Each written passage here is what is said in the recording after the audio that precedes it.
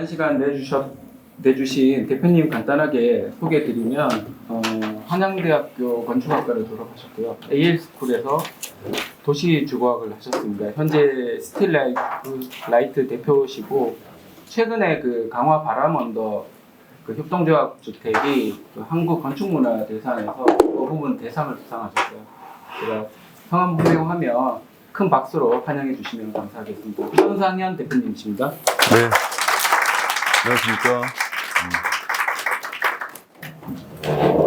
저는 뭐 이제 간단하게 히스토리를 말씀을 드리면 그 이제 설계를 먼저 시작을 했고 그 다음에 이제 그 건설업 디자인 빌드를 위해서 건설업 면허를 내고 그때 건설사 사장을 또 하다가 지금은 어찌 하다 보니까 그 제조업체 사장이 되어 있습니다. 너무나 롱 스토리이기 때문에 어쨌든 지금 하고 있는 거는 이제 제조업을 하고 있는 거고요. 그래도 다 이제 설계자들이랑 같이 코업을 해서 진행을 하고 있는 거고, 사실 정확하게 저도 뭘 하는 사람인지 모르겠어요. 정확하게 어떤 경계를 짓기가 이제 굉장히 이제 어렵다는 말씀이죠. 저희가 또 하고 있는 일이. 예. 네, 시작을 하겠습니다. 여기 보면 오늘 이 제목이 다 있는 건데요. CFS 하면 이제 저희가 지금 제조업하고 있는 콜드폼 스틸 냉간 성형 강구조라고 하는 구조를 가지고 저희는 프리패브 건축을 하고 있고요.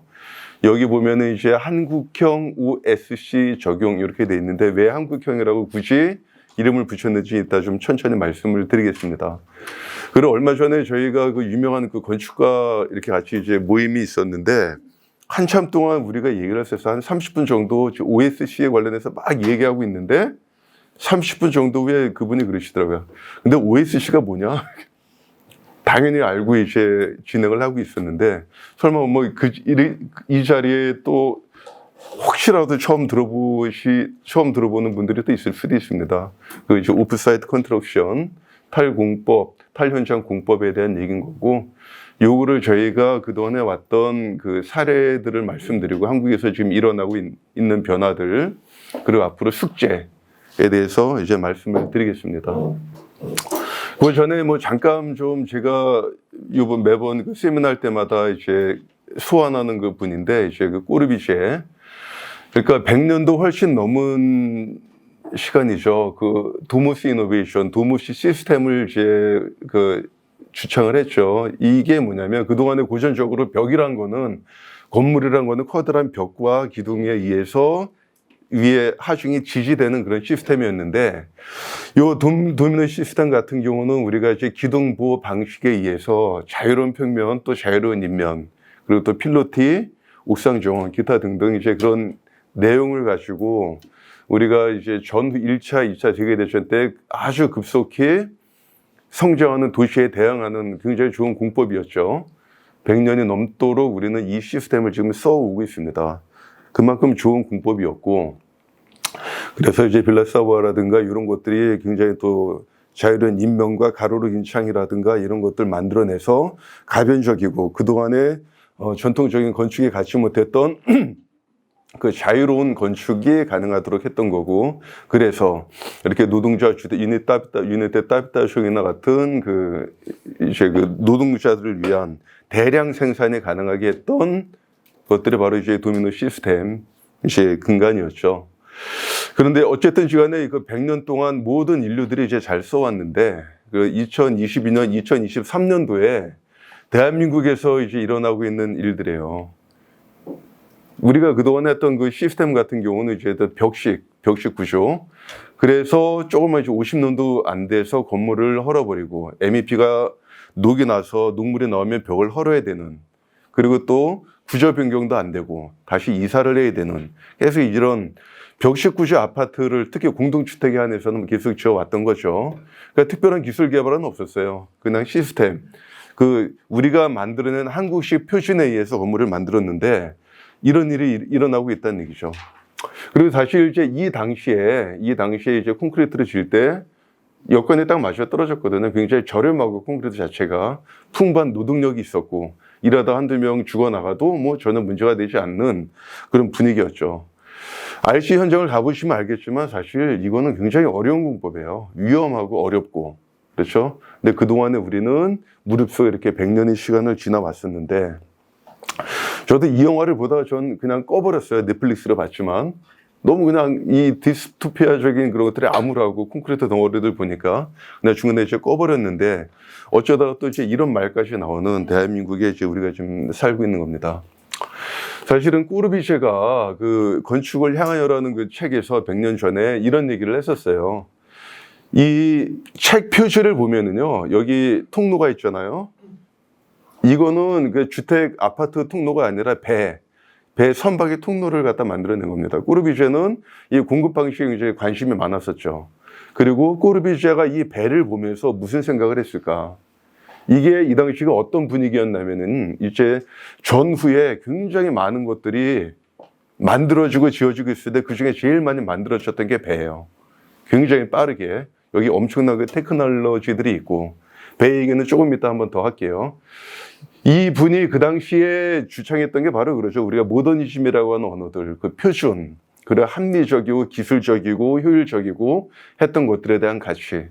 그리고 이제 그 가우디라든가 이런 사람들에서 만들어졌던 그런 허영을 배제하고, 그다음에 명확한 기하학적 미학, 그리고 모듈러 대량 생산, 굉장히 많은 관심을 보였죠. 이런 것들이 그 당시에 사회가 갖고 있는 문제를 해결할 수 있다라는 생각을 가지고 있었던 거죠. 그런데 우리가 이렇게 굉장히 좋은 것들이 이제 이상해집니다. 이제 포스트 모더니즘이라고 하는 그 시대에 모더니즘이 가졌던 비인간적이고 너무 획일적이고 그런 데 대한 반기를 이제 들기 시작하는 사람이 있었죠. 그래서 차별화되고 또 관계지향적이고 그다음에 그런 것들에 대한 가치를 또 만들기 시작을 하죠. 그 이후에 뭐 기술적인 이제 테크놀로지들의 발달을 하면서 새로운 형태 건축도 많이 있었지만 사실은 이런 데에 대한 가치들이 많이 뭐라 그러면 이제 저평가되는 어떤 그런 시대를 겪고 있었습니다. 그래서 제가 여기 리디파이닝 모더니즘이라고 하는 건 뭐냐면, 자, 다시 100년 전의 생각으로 돌아가 보자. 지금 현대 건설 산업이 갖고 있는 문제를 해결하기 위한 키가 또 있지 않을까라는 그런 얘기고요. 여기 엠파이어 스테이트 빌딩 1930년대, 혹시 이거 며칠 만에 졌는지 아시는 분 계세요? 그냥 틀려도 좋습니다. 1930년, 100년 전에 이거 졌는데 며칠 만에 아니, 이렇게 하면 몇 년 만에? 1년 45일 걸렸습니다. 이 당시에 안전장비 하나 제대로 갖춰지지 않고 있는 이 건물을 짓는데 그 정도밖에 시간이 걸리지 않았어요.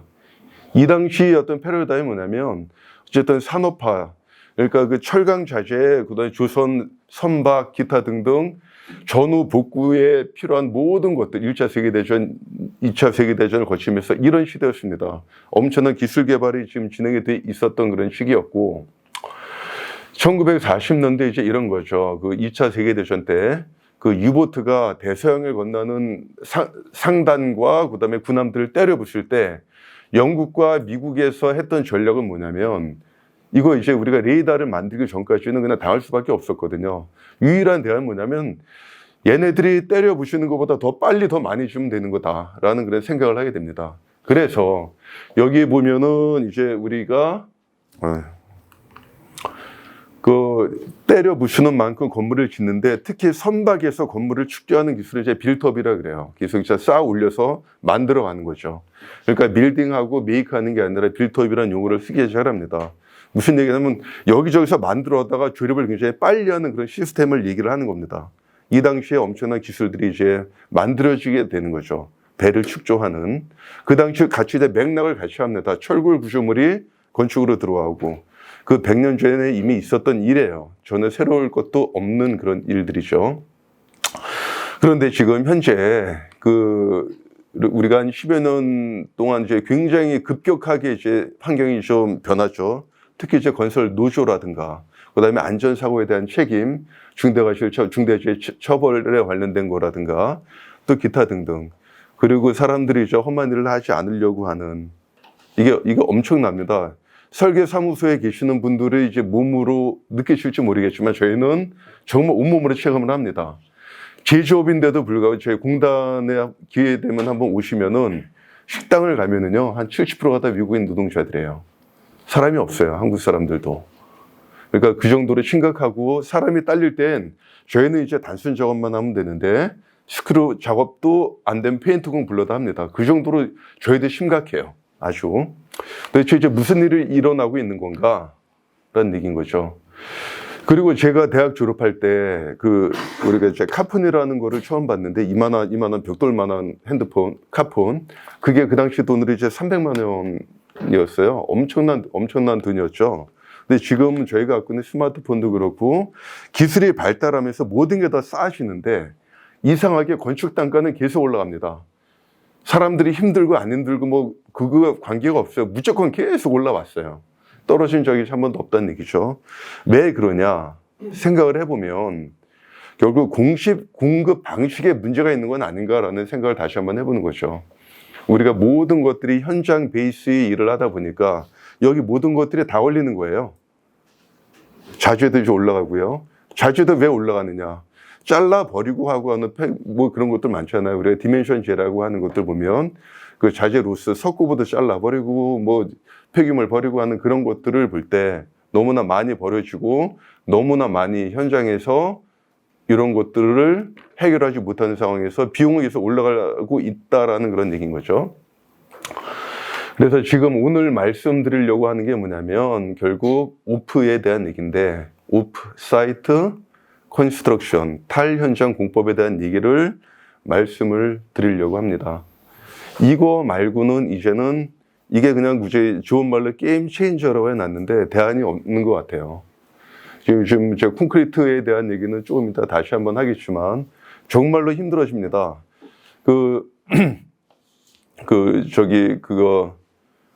무슨 저 레미콘 구장 성수동에 뜨면 무슨 레미콘이죠? 삼표 레미콘도 이제 이전을 했잖아요. 고양 파주 이런 데서 와야 돼요, 이제. 그리고 맨날 뻑하면 얘네들 그냥 파업하고 기타 등등 점점점 이렇게 좀 힘들어지는 그런 상황인 거죠. 이런 상황, 제가 강의를 하면서 저희 제자들이 있었는데 영국에서 이제 한 8년, 9년 이제 실무하던 친구들이 있습니다, 3명이. 그 친구들 같은 경우에 그동안에 RC 설계를 한 번도 못 해봤대요. 근데 기본에 다 철골인 거예요. 왜냐면 런던 시내에서 레미콘을 불 수가 없어요. 안 되는 겁니다. 그건 못하는 거. 그리고 굉장히 또 빨리 정확하게 끝내야 되기 때문에 이제 그런 얘기를 하고 있는 거죠.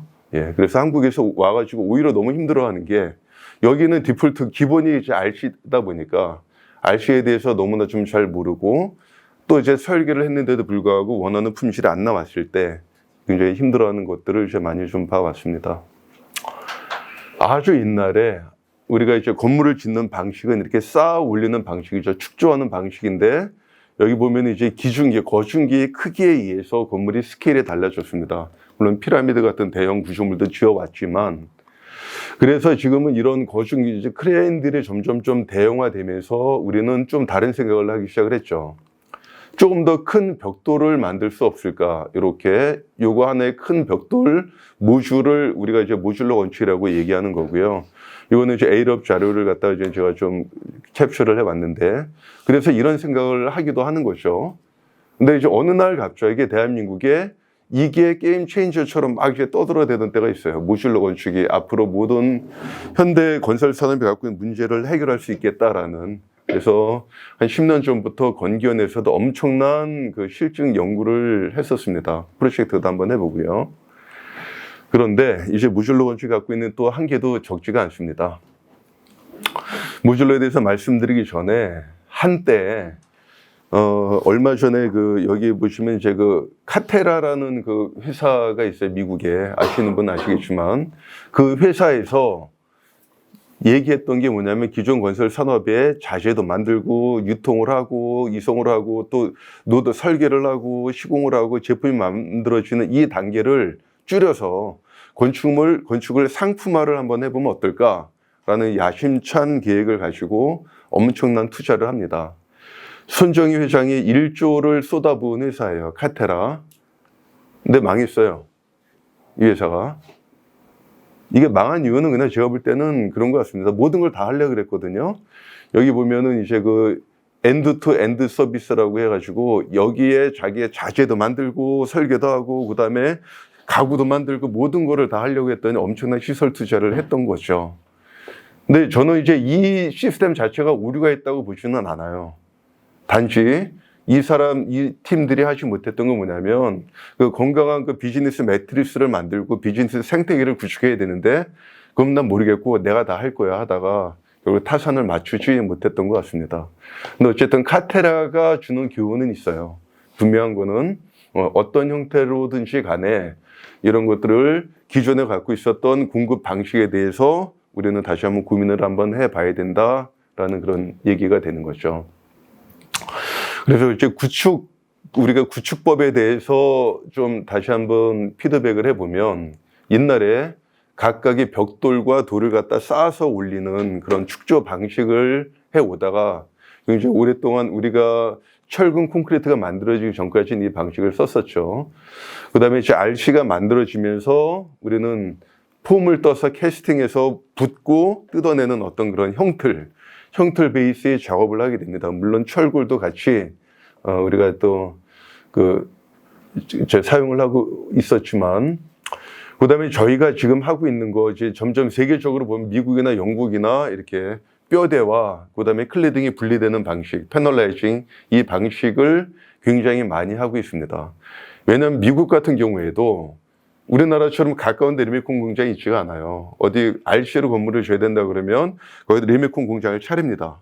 차려서 시멘트 갖다 배합해서 거기는 이제 그 포터블 믹서들 굉장히 많이 사용을 하고 있거든요. 근데 우리나라는 뭐 그냥 1시간 내에 웬만하면 다 뜨잖아요. 막 돌려가면서 새벽에 와도 되고. 예. 현재 지금 요 단계까지 이제 와 있는 것 같고요. 그리고 제 개인적인 생각인데 앞으로는 이 프린트 앤 어셈블리 이렇게 뭐 가지 않을까라고 이제 생각을 해요.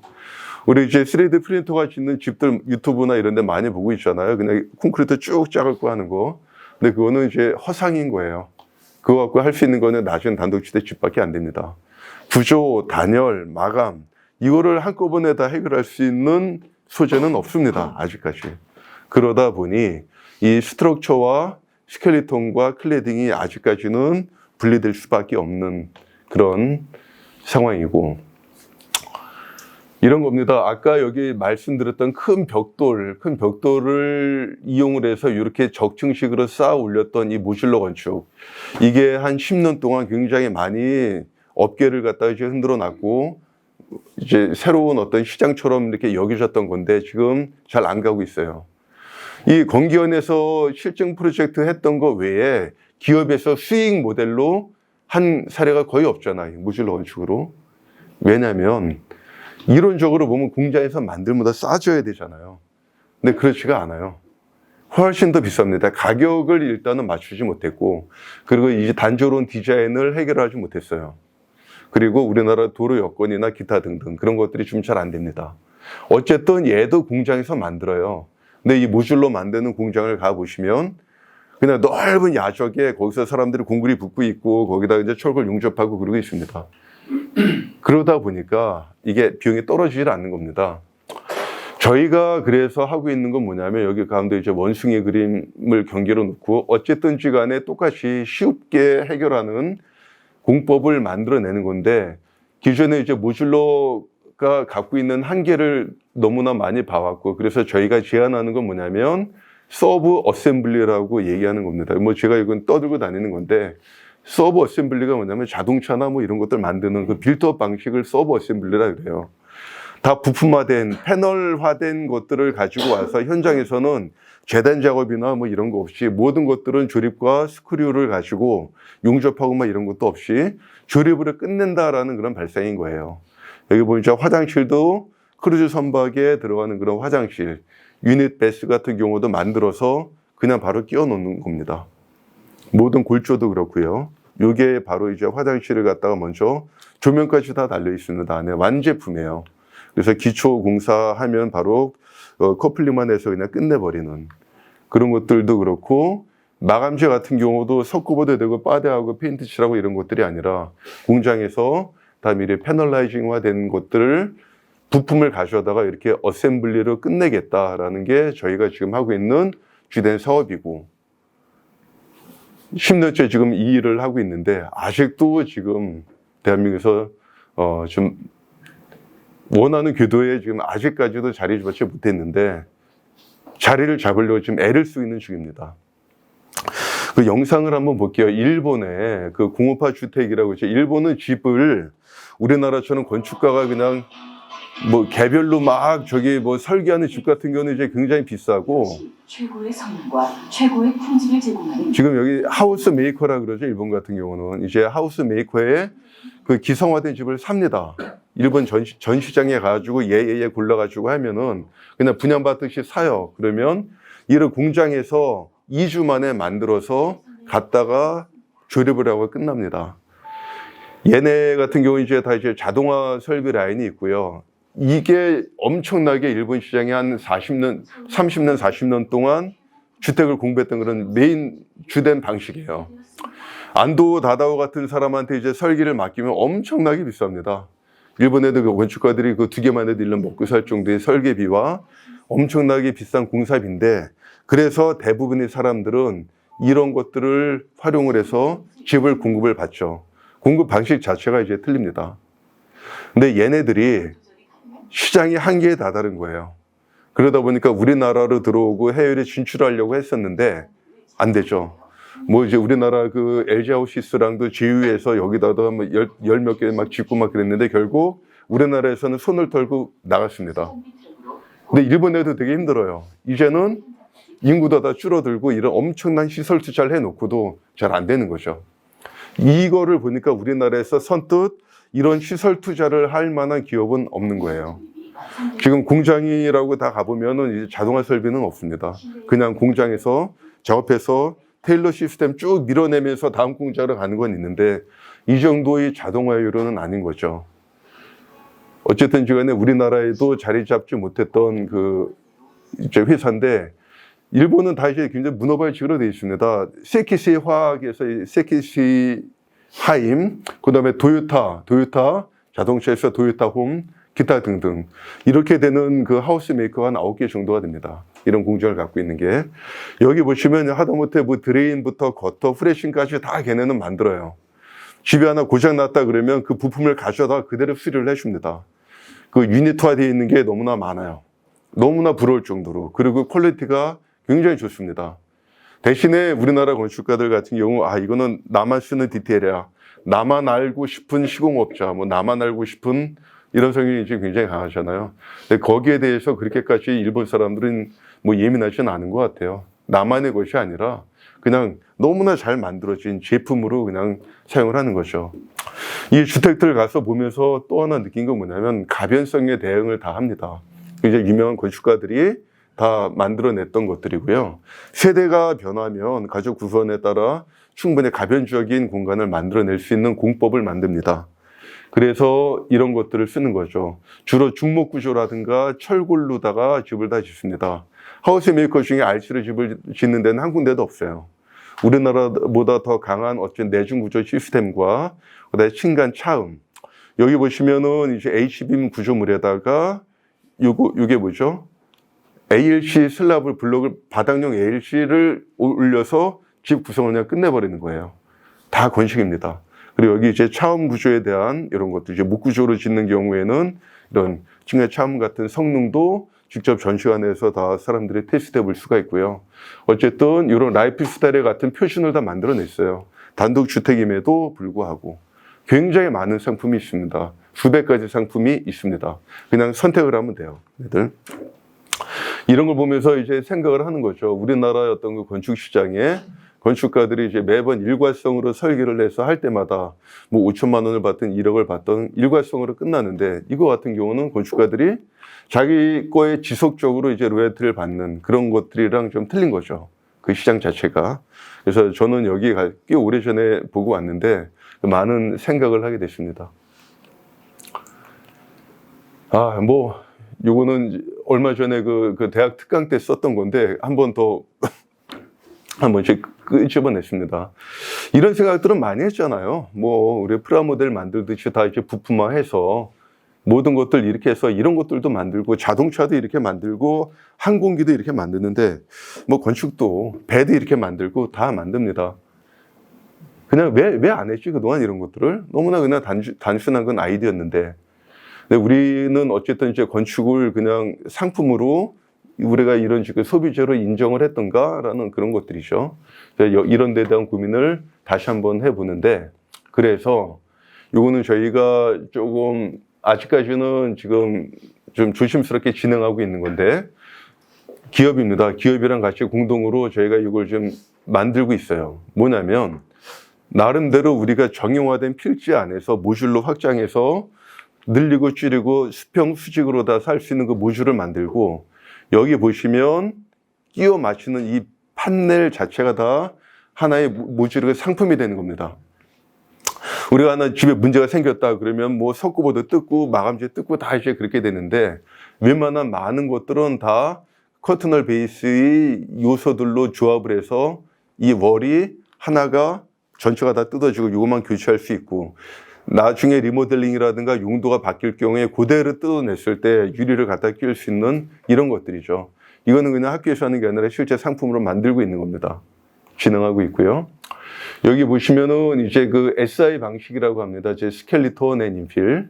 여기 기본적으로 철골이든 RC든 뼈대는 이제 같이 가되, 나머지 중고층으로 올라갈 수도 있는 겁니다. 나머지 부분은 이런 식으로 다 각각의 그 매뉴팩처러들이 여기에서 연관된 플랫폼 안에서 같이 이제 개발을 하는 겁니다. 그리고 여기다 엄청난 일본처럼 30년, 40년 어떤 그 개런티에 관련된 것들도 같이 이제 우리가 이제 상품화 시키려고 지금 준비를 하고 있는 거고요. 누군가는 하고 있습니다, 이 일을. 그동안은 그냥 이제 모듈러 건축이 갖고 있던 너무나 많은 한계 때문에 이제 이런 서브 어셈블리 베이스의 요소들을 제품화하는 작업들을 하고 있는 거죠. 이런 겁니다. 결국 한 번 더 말씀드릴 건데, RC조 대비, 그 다음에 우리가 이런 것들을 가질 때 우리가 탄소 배출량이라든가 기타 등등 이런 것들에 대한 논의도 되게 민감하게 진행이 될 겁니다, 앞으로. 그래서 이제 어떻게 바뀌어야 되느냐. 결국 이런 것들이 되는 거죠. 그러니까 이케아 가구 만들듯이, 제가 그 처음에 그 영국에서 그 이케아 그걸 가구를 갖다 이제 싸니까 이제 사봤는데, 그때는 디자인도 허접하고 그냥 너무 이렇게 좀 그래서 싼 맛에 그냥 썼는데, 요즘 이제 이케아를 가면 거의 미트볼도 맛있지만 조명 같은 경우도 그렇고 가구도 굉장히 나이스해요, 디자인도. 그리고 저는 이케아 제품을 이제 사오면 조립도를 안 보고 내가 혼자 조립을 한번 해봅니다. 무슨 얘기냐면 얼마나 쉽게 조립이 될 수 있으니까 당연하게 이건 여기 들어가겠지라는 뭐 그런 것들이죠. 해보다 안 되면 그때 조립도를 봐요. 근데 웬만큼 상식선에서 이지 어셈블리가 가능합니다. 그리고 굉장히 튼튼해요. 제품도 좋고 가격도 낮춰졌고. 그러면 이제 건축의 공급 방식 또한 이런 비슷한 얘기가 들 수 있지 않을까라는 그런 얘기고요. 그래서 이 아이콘, 저희 회사의 그 아이콘이 바로 이제 이런 건데, 원숭이. 이제 사람이 없으면 이제 원숭이 들여다 써야 될 수도 있습니다. 교육시켜서. 그래서 IQ 80 건물짜리. 그러니까 모든 구멍이 있으면 다 뚫고 박아. 그러니까 그렇게 해야 되는 거고, 실제로 저희는 그 페이퍼리스, 저희 공정 단계에서는 페이퍼리스로 하는 경우가 굉장히 많아요. 도면이 없이 그냥 조립도만 갖고 할 수 있는, 그랬도 했던 경우도 이제 굉장히 많습니다. 이게 이지 어셈블리가 결국 이런 것들을 해결하는, 현장에서 도면 보기 하지 말자는 얘기죠. 담배 펴가면서 도면 보고 했다 대놓으시나고 이런 것들만 줄여도 괜찮다는 얘기 아닙니까? 그래서 실제로 지금 그 로봇계가 인스펙션을 하는 현장도 있잖아요. 다 감리라든가 품질 검사는 지금 로봇들이 지금 하고 있는 그런 현장들도 있습니다. 벌써. 이게 그 제 제자들이 연구해서 했던 프로젝트인데요. 건물을 지면서 여기 보시면은 그 아시바 비계 이런 거 없잖아요. 이건 이제 철골 라멘 구조를 만들어내고 나머지 것들을 다 부품화해서 현장에서 갖다 끼워서 조립을 하는 겁니다. 디자인에 따라서 이 PC 모듈이죠. PC 모듈도 이제 갖다 끼워버리는 거예요. 그 안전막 이런 것도 없죠. 그리고 굉장히 빨리 끝내야 됩니다. 여기는 그 이제 비용이, 공기에 따른 비용이 엄청나기 때문에 공장에서 내부 패널과 내부 화장실 유닛을 만들어서 그대로 갖다 이제 끼워 놓는 이런 일을 하고 있었던 거죠. 하다못해 요거 영국이 이제 벽돌이 나라잖아요. 벽돌이 나라인데 벽돌공이 없습니다. 벽돌을 쓸 수가 없어요. 이제는 뭐 영구식 쌓기, 화란 쌓기 뭐 옛날에 그런 많이 저 배웠잖아요. 그래서 영국에서 하고 있는 것도 뭐냐면 벽돌 타일을 가지고 공장에서 패널을 만들어 가지고 갖다 이제 끼우는 방식으로 지금 하고 있는 거죠. 실제로도 이런 일이 지금 일어나고 있는 겁니다. 좀 정리를 한번 해볼게요. 그 OSC라고 하면 우리가 아까 한국에서 그냥 OSC 하면 지금도 이것만 생각하는 분이 되게 많습니다. 모듈러 인티그레이티드 컨스트럭션, 모듈러 건축과 저희가 하고 있는 서브 어셈블리. 이건 어디 있는가 제가 그냥 이렇게 정리를 한 거예요. 그냥 이렇게 정답처럼 생각하지 마시고 제가 볼 때는 이게 가장 큰 축으로 움직일 것 같아요. 근데 그러기 위해서 해야 될 선행 작업이 바로 이겁니다. DFMA, Design for Manufacturing and Assembly. 무슨 얘기냐면 우리가 BIM을 한다 그래도 지금 이 매뉴팩처링이 인볼브가 안 돼요. 그 아키캐드나 레빗으로 BIM 열심히 해도 어쨌든 저희 같은 이제 매뉴팩처러들이 그거 쓰도 못합니다. 저는 프로그램도 다르고 호환도 안 돼요 지금. 그래서 설계 따로 하고 지금 매뉴팩처링 따로 하고 또 컨스트럭션 빔 따로 하잖아요. 그리고 매니지먼트 빔도 다 따로 합니다. 이게 무슨 BIM이에요? 아니잖아요. 그냥 아키캐드나 레빗 같은 경우는 주로 이제 PT용밖에 안 돼요. 제가 볼 때.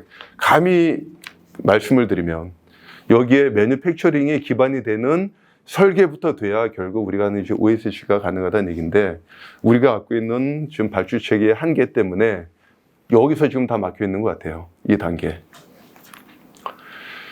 저희가 굳이 한국형이라고 이렇게 해 놓는 건 뭐냐면 저희가 하고 있는 공법은 사실 이제 미국에서 왔고요. 뭐 AISI, 미국 철강협회 코드를 다 쓰기는 하는데 미국에서 디테일이 너무나 이상해요. 뭐 목조주택도, 목조건축도 미국에서 왔고 이제 어떻게 보면 저희는 스틸하우스라고 이제 들어왔어요. 한국에 처음에. 근데 그것도 너무 디테일도 이상해요. 완전히 미국에서 만든 표준을 쓰고 있는데 이제는 저는 이제 거길 거부하기 시작을 했습니다. 다 미국 자재예요. 즉 국산 한국에서 만들 수 있는 자재로 지금 계속 찾고 있는 거고요. 저희는 요거 CFS 냉간 성형 강구조 콜드폼 스틸 요 패널라이징 공장을 하고 있는 사람인데 여기에 지금 다른 산업에서 쓰고 있는 소재들이 탐이 게 너무 많아요. 요 풍력 발전기 날개 만드는 거 이게 쇳덩어리가 아니잖아요. 컴포짓이라는 소재입니다. 굉장히 가볍고요. 안에 우리가 이제 구조용 폼이 들어가 있고 그럼에도 불구하고 50m짜리가 그 풍화중이 견디고 내구성도 견디고 이렇게 좋은 소재들 갖고 오고 그 다음에 배 만드는 기술 크루즈 빌딩 시스템이라고 한번 이름 붙여봤는데 도시잖아요. 떠다니는 도시 7, 80m 높이 도시들이 떠다닙니다. 여기에 굉장히 많은 테크놀로지가 있어요. 방진에 대한, 내화에 대한, 소방에 대한 굉장히 또 구축 방식, 빌트업에 대한 굉장히 많은 테크놀로지들을 다 모아서 한번 매트리스를 한번 짜보자라는 게 이제 저희가 하고 있는 일이고요.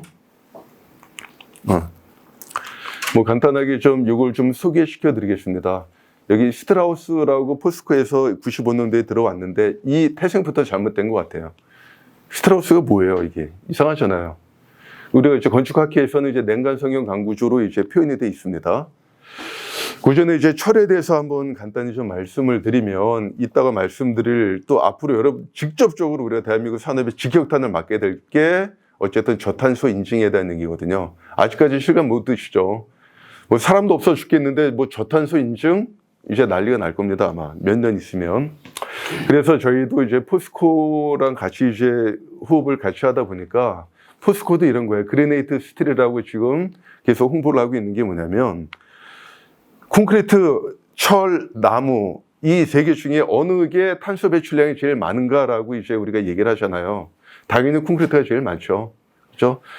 채광을 하고 그다음에 우리가 혼화재 뭐 이런 거 기타 등등 어쨌든 간에 그러니까 이제 석회도 또 태워야 되고 하는 여러 굉장히 많은 탄소를 만들어냅니다.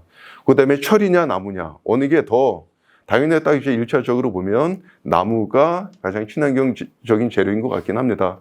살아있는 동안에 그 탄소도 잡아먹고 산소 배출하고 또 이제 하고 유통하고 그런 와중에 물론은 탄소는 배출하지만 어쨌든 분명한 거는 우리나라 자재가 아니에요. 우리나라는 경제력이 없습니다. 다 이제 수입해서 쓸 수밖에 없는 그런 소재이고, 그러다 보니 철인데 이제 재선 과정이라 그래요. 원철, 철광석, 코크스, 석회석을 가지고 녹여서 선철을 만들 때는 굉장히 많은 탄소가 배출이 되죠. 지금은 이렇게 하고 있는데 이거를 수소 환원철로 바꾸겠다는 얘기입니다. 수소 환원 방식으로 해서 그 저탄소 인증을 받는 철을 만들 거고요. 철의 가장 큰 장점은 뭐냐면 환원 처리 가능하다는 얘기죠. 100% 이제 리사이클 녹여서 두 번째 철, 세 번째를 만들 때는 그만큼 탄소 배출량은 적게 들어갑니다. 이다음 여기부터는 전기로 녹이기 때문에, 그래서 환원율이 가장 높은 거는 철입니다. 콘크리트 얼마 전에 그 친환경 콘크리트라는 게 나왔었잖아요. 그건 뭐냐면 콘크리트 폐기물 가지고 만들었다는 얘기예요. 그 말이 너무 웃기잖아요. 어떤 데 누구는 쓰레기 콘크리트라 그러고 누구는 친환경 콘크리트라 그러고, 이제 그런 데다 얘기인 거죠. 그래서 저희가 방향을 잡고 있는 거는 결국 철이고, 얼마 전에 이제 국회에서 여기 탄소 중립 그 컨퍼런스가 있었는데, 뭐 간단하게만 요약을 할게요. 그 25%입니다. 우리 건축물에서 나오는 그 에너지, 건축에서 소비되는 에너지. 그리고 여기에 보면은 우리 에너지권이라는 게 있죠. 지금 앞으로 에너지 비용이 계속 올라가고 하다 보면 그 BIPV라고 하는 건물 마감재 일체형 태양광 시스템이 굉장히 많이 확산이 될 겁니다. 지붕뿐만이 아니라 건물 벽도. 그거는 우리가 부인할 수 없는 미래예요. 그리고 건물을 볼 때 외관 디자인도 중요하지만 결국은 건축물 외벽도 에너지를 생산을 해내야 된다라는 그런, 외벽도 노동을 해야 된다는 얘기죠. 에너지를 만들기 위해서. 그 다음에 이제 건물 생애주기라 그래요. LCC는 아시겠지만 LCA는 라이프 사이클 어세스먼트거든요. 전 생애주기 평가입니다. 여기에 따라서 이제 다 인증 제도가 다 생기게 될 거예요. 그 다음에 여기 재밌는 건 뭐냐면 탄소 배출량은 건물이 무게와도 비례한다. 그걸 이제 RC를 얘기하는 거거든요. 이게 굉장히 중요한 얘기였던 것 같습니다. 그리고 여기에 굉장히 뭐 RE100, CF100 뭐 이런 것들이 있는데 조금 점점점 이제 익숙하게 많이 쓰이게 될 겁니다. 무슨 얘기냐면 이런 거죠. 이 건물의 자중과 무게와 탄소 배출량, 그래서 조만간 무슨 일이 일어날 거냐, 바로 이런 겁니다. 저탄소 인증을 받은 제품만 쓰게 될 거예요. 여러분들 아시죠? 어느 날 갑자기 법규가 바뀌어요. 내화 인증에 관련된, 그 다음에 준불연 이슈에 관련된 게 바뀌어요. 그래서 떼돈을 번 게 PF 보드고, 알죠? 준비된 사람들 아니면 다 죽여버리는 거예요. 이게 우리가 얘기하는 그 자재 카르텔, 자재 마피아들이 하고 있는 건데, 사실 나쁜 건 아닙니다. 결국 이렇게 가야 되는데, 근데 이거를 준비하지 않은 업체들은 쓸 수가 없어요. 지금 이따가 말씀드릴 건데, 요즘 외벽의 준불연 이슈 때문에 건축물 외벽 마감재 실대형 화재 다 받게 돼 있잖아요. 웬만한 건물들은 다. 실대형 인증을 못 받던 기업들은 다 망합니다. 그것만, 거기서 살아남은 기업만 지금 그 자재를 사용할 수 있게 되는데, 결국은 콘크리트는 마찬가지입니다. 이 인증을 받아내야 살아요. 지금 가뜩이나 리모컨 공장들 막 힘들고 그러는데 받으란 얘기입니다. 그래서 포스코 같은 경우는 굉장히 빠르게 움직이고 있는 거고요. 인증. 앞으로 이런 인증이 받은, 지금 아리백은 아시잖아요. 우리나라 아리백 조금 이대로 안 하면은 삼성 망해요. 그 데이터 센터라든가 대기업이나 이런 데 자체 태양광 발전으로 전력을 새만금이나 이런 데 좀 준비를 하고 있잖아요. 자체적으로 수입하기 위해서. 삼성 같은 경우에는 그 아리백이 굉장히 지금 이게 안 돼 있단 말이에요. 그러면 이제 뭐 수출을 못 하는 거예요. 미국에서 다 블로킹 다 해버리면, 유럽에서. 그것뿐만 아니라 한국 국내에서도 그래요. 이런 것들 저탄소 인증을 받아야 쓸 수 있는. 결론은 콘크리트는 앞으로 지속적으로 올라갈 수밖에 없다. 쓰고 싶어도 쓸 수가 없다라는 그런 얘기인 거죠. 없지는 않겠지만 굉장히 비싸게 주고 사야 된다는 얘기인 거죠. 이 환경이 지금은 실감이 안 나실지 모르겠지만 5년 안에 제가 볼 때는 바로 그냥 피부로 다가오게 될 겁니다. 공사비가 올라가서 이제 함부로 이제 쓸 수 없는. 그리고 콘크리트가 갖고 있는 또 하나의 문제가 뭐냐면 이제 LCA, 라이프 사이클 어세스먼트를 한다 그러면 우리가 폐기 단계까지 해야 되는데 모르겠습니다. 이제 콘크리트 폐기해서 친환경 콘크리트, 재생 콘크리트를 만드는 비용이 더 비쌉니다. 근데 그걸 갖다 이제 재개발이나 이런 것들 할 때 어딘가는 메꿔야 될 건데, 김포 서울 통합 논의가 왜 나오는지 모르겠습니다만, 그 굉장히 많은 그런 이해관계가 있겠죠.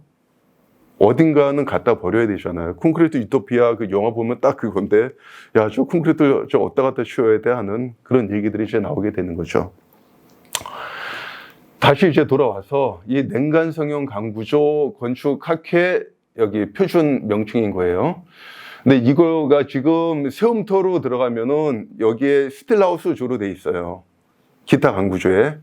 근데 저희가 작년에 병원, 이제 900평짜리 그 병원을 줬는데 건축 개요 보면은 골 때립니다. 건축물 구조, 스틸하우스조, 병원이도 스틸하우스조로 돼 있어요. 그래서 냉간 성형 강구조로 바꾸려고 지금 계속 지금 푸시를 하고 있습니다. 바꿔야죠. 바꿔놔야지. 이거를 이제 뭐 병원만 짓는 게 아니라 우리가 호텔도 졌고 여러 가지 계속 앞으로도 중고층으로 올라가야 되는데 용어가 이상하잖아요, 어쨌든. 그리고 여기 포스맥이라는 게 있는데 우리나라는 철강이 기반 산업에 우리 세계에서 철을 가장 잘 만듭니다. 그동안에 우리가 냉간 성형 강구조로 지었던 건물은 일반 아연도 강을 썼는데 지금은 포스맥이라는 걸 써요. 아연에 마그네슘, 알루미늄을 저거 같이 섞어서 고내식강. 그러니까 일반 아연도보다도 10배의 내식성을 갖는 염수 분사 시험으로 이렇게 되는 거거든요. 왜 이런 얘기를 하냐면 LCA를 하기 위해서는 건물이 오래 써야 됩니다. 50년 있다가 헐어버리는 게 아니라 100년 이상의 건물을 써야 된단 말이죠. 이런 모든 것들을 평가할 때 오래 쓰기 위한 장수명을 만들기 위해선 이런 소재를 비싸도 써야 된다라는 얘기고요. 이게 원리는 간단합니다. 이렇게 형태를 만드는 거예요. 차가운 그래서 냉간 성형인데 영상을 좀 보여드릴게요. 이거를 가지고 쉽게 말씀드리면 이렇게 쉬운 구조예요. 목 구조에서 왔고요. 어쨌든 스터드월 방식으로 벽식 구조가 되는 겁니다. 벽은 이렇게 생겼고 바닥은 이렇게 생겼어요. 모든 것들은 다 조립, 스크류만 가지고 조립을 합니다. 이거는 이제 SS 이렇게 해서 용접을 할 수 있는 소재가 아니에요. 다 100% 볼트와 스크류로, 볼트와 그 다음에 스크류만 가지고 다 하는데 여기 뭐 이런 거 합판 이런 거 있잖아요. 이게 미국에서 온 건데 이거부터 다 깨부셔야 되는 게 이거는 어쨌든 우리가 미국한테 좀 당한 것 같아요. 그래서 국산화된 자재나 다른 소재로 다 대치를 하고 있는 그런 중이고요. 이런 것들 구조를 다 이제 만들어내는데 이 지붕 구조 같은 경우에 RC를 할 경우에 28일 강도 존치 거푸집 동발이 존치 기간 하면 공기도 굉장히 늘어나고 위험하고 비싸잖아요. 공장에서 이런 걸 만들면 이거는 우리가 원데이 어셈블리라 그래요. 하루 만에 지붕 구조를 다 이제 만들어 버리는 거죠. 하다못해 벽체가 특수 목적 때문에 벽체를 RC로 하더라도 지붕을 굳이 RC로 할 이유가 없잖아요. 정말로 이해가 안 갔던 게 바로 그런 겁니다, 제가. 예. 기본적으로 나무랑 구조는 거의 유사하고 용어도 비슷합니다. 근데 얘는 솔리드하고 얘는 이렇게 비어 있는 건데 얘보다 무게가 60%밖에 안 돼요. 나무보다도 가벼운 그런 구조체고요. 그리고 아까 여기 말씀드린 게 좀 더 건축물이 구조별 분류 보면 철골조, 목조 다 있는데 경량 철골조도 있고 여기 보면 스트라우스조도 있어요. 근데 기껏 스트라우스로 줘놓고 건축물 대장에 경량 철골조 이렇게 해놓으면 건물이 경매 나면 반토막이 나는 거예요. 근데 이거를 몰라요, 사람들이 잘. 대부분의 경우에 이게 따로 있죠. 평가 금액 다르거든요. 그래서 이제 굉장히 또 주의해야 되는 건데 상지 건축에서 뭐 이런 거를 이제 단독주택이나 이런 건 뭐 하지는 않겠지만 혹시라도 단지라든가 이제 또 저층 공동주택 같은 경우 들어갈 때 현재로선 스트라우스조로 건축 인허가 나야 되는데 이거는 혼용해서 막 쓰는데 이거는 아닌 거예요. 경량 철골조는 각 파이프를 현장에서 용접해서 창고 짓는 그런 거를 경량 철골조라고 얘기합니다. 경량 칸막이랑은 또 틀린 거예요. 예. 근데 요거를 냉간 성형 강구조로 바꾸려고 하는 겁니다.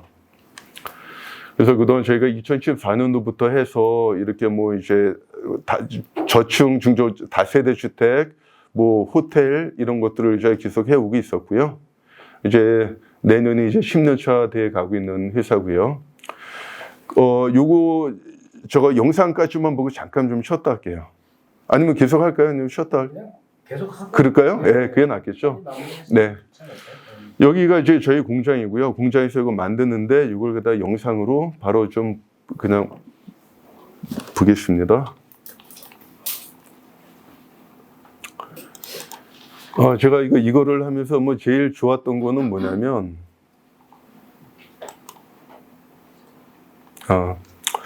여기에 계절에 관계없이 지금도 한겨울에도 공사, 여름보다 지금 더 많이 현장이 좀 돌아가고 있는데 영향을 안 받아요. 비가 와도 눈이 와도 공장에서 다 만들면 되고, 그다음에 제일 좋았던 거는 품질 관리. 사실 저는 이제 목조를 되게 많이 했었습니다. 나무를 너무 좋아하고, 근데 너무 힘들어요. 그때 틀려요 다. 숙련도에 따라서 결과가 다른 거는 저 목조도 한 10년 하다가 힘들어서 일단 스톱을 했었죠. 그다음에 또 하나, 정확한 공정 관리의 원가 관리. 정확합니다. R7처럼 뭐 해서 뭐 까대게 하고 막 이런 게 없어요. 원하는 결과물이 나왔던 게 너무나 좋고요. 다른 공법과 다 이제 호환이 되고, 정말 마음에 드는 공기가 짧다 보니까 결국 민원은 있는데 거기다 스트레스가 현장에서 이제 굉장히 적은 거고. 예, 이런 식으로 판넬의 제작이다 현장에서 이렇게 이렉션이라고 하는 공정을 통해서 어셈블리를 끝나는데, 이렇게 생긴 이제 27개 유닛이 3주 만에 현장에서 조립이 다 끝났고요. 이게 그 장마철에 이런 식으로 골조를 만들어내고, 그 다음부터는 이제 어떤 원하는 마감재든 다 가능한 그런 것들이 되는 거죠. 여기 보면 이제 그 다세대 주택, 그 다음에 호텔, 여기는 다 제주도입니다. 이것도 호텔이고, 이거 할 때는 저희가 장비를 제주도로 옮겼어요, 공장을. 거기서 그냥 바로 또 했고, 여기도 다 제주도, 다세대, 여기도 제주도. 주택단지 29개 유닛을 2달 만에 골조 조립을 다 했었고요. 그리고 여기 보시면 이제 이런 거죠. 이걸 잠깐 스톱할게요. 아까 말씀드렸지만 저희 공법, 이게 저희 골조가 만들어진 제주도 현장인데, 컴포지 패널이라는 게 있습니다. 일반 샌드위치 패널처럼 비슷하게 생긴 건데, 아까 풍력발전기 날개 시스템이에요. 굉장히 박판의 컴포지 패널 사이에 우리가 여기는 이제 네오폴을 사용을 했는데, 그걸 갖다가 이제 만들어서 굉장히 큰 패널을 공장에서 프리컷으로 만들어 옵니다. 개구부도 다 뚫러오고요. 2.7에 9m까지 큰 판으로 오게 되는 거죠. 그래서 이게 1층, 2층, 3층짜리 높이만큼 이게 한 판이에요. 한 판으로 갖다 붙이고 다 끝내버리는 겁니다. 그리고 요게 아까 말씀드린 화장실 다 만들어서 갖다 놓고, 요거는 2달 만에 20개를 다 줬어야 되는 지금 산청에 그 예술인 마을에 저희가 이제 시공을 했던 거고, 예, 이런 것들을 지금 하고 있는 거고요. 그러다 보니까 공정도 그냥 일반 공정이 아니라 텍트 공정을 써요. 제조업에 쓰는 것들이죠. 물론 아파트에도 쓰기도 하지만, 요 보라색 라인이 이제 우리 공정이 되는 거고, 물 흘러가듯이 그냥 쭉 흘러가면 됩니다.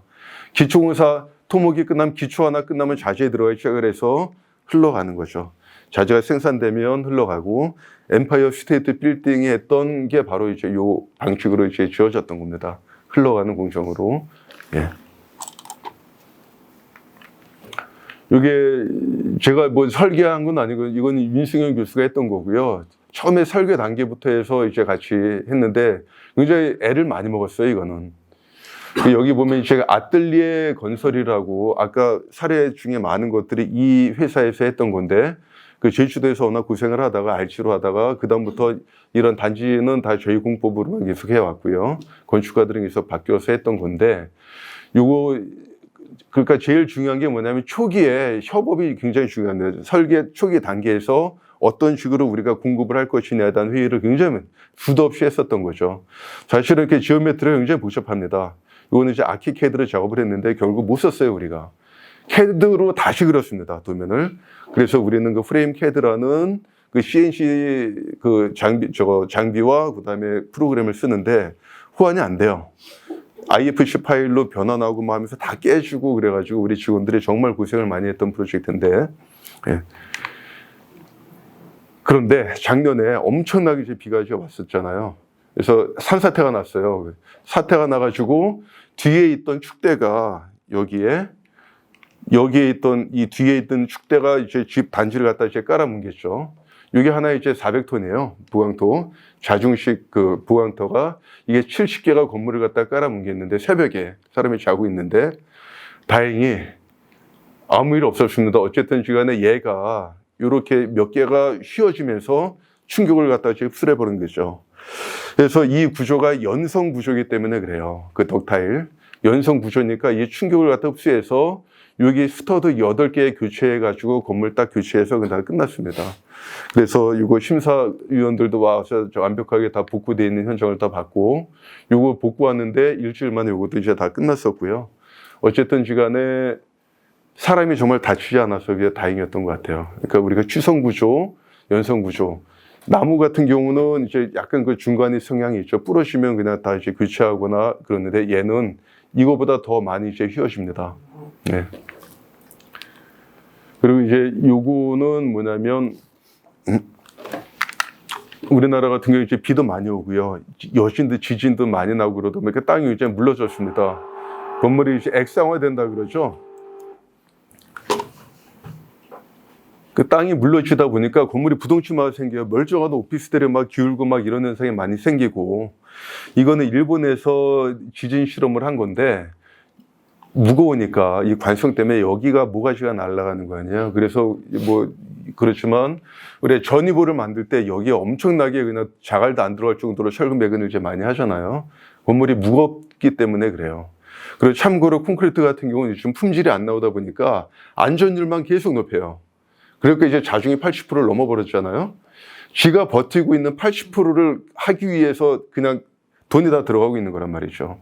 그래서 건물이 무게와 어쨌든 우리 안전율에 대한 것들도 한번 고민을 한번 해봐야 된다라는 얘기고, 이것도 이제 철강 옆에 그다음에 미국 버팔로 샌디에고에 대해서 계속 이제 이게 내신 실험을 했던 거죠.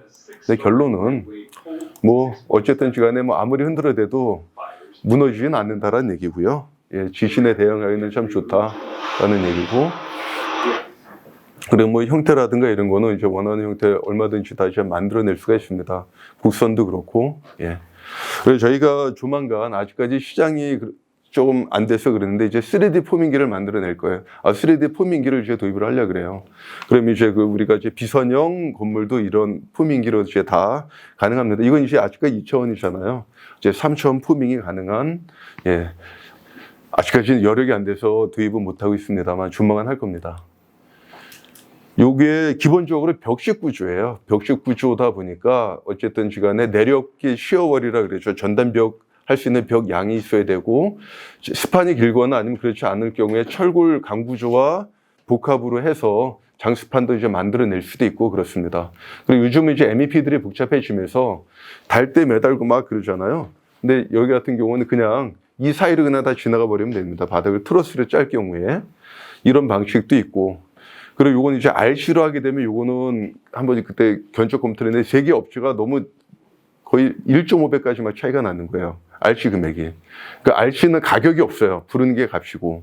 그 다음에 공기도 그렇고, 여기 이제 RC가 이제 3달 얘기를 했습니다. 요 골조 짜는데. 저희가 이제 23일 만에 한겨울에 요거 이제 다 끝냈던 거고요. 예. 그래서 형태의 제약을 받거나 그러진 않습니다. 그리고 이제 외부에 알루미늄 복합 판넬 붙일 때도 그냥 매달려서 트러스 용접하고 그런 게 아니라 공장에서 이렇게 다 만들 수가 있어요. 이런 하즈 프레임, 그 퍼링까지는 다 만들어낼 수가 있는 응용이 되고, 뭐 기초공사 할 때 얘는 이제 포스맥이라는 소재는 알카리성이 굉장히 내알카리성이 좋거든요. 묻어버리는 겁니다. 여기 구멍 다 뚫러서 철근 넣고 얘를다가 폼을 잡을 때 이런 거로 해서 묻어버리면 우리가 기리바리하고 뭐 하는 어떤 이런 것들 복잡한 구조물을 만들 때는 이런 식으로 해서 도심에서 특히 이런 것들이 가능한 구조물이고, 그 다음에 이게 지난번에 특허가 난 건데, 계단할 때 아파트 같은 경우 우리가 쭉 떠올라가면 되는데 건물 계단할 때 굉장히 시간이 많이 걸려요.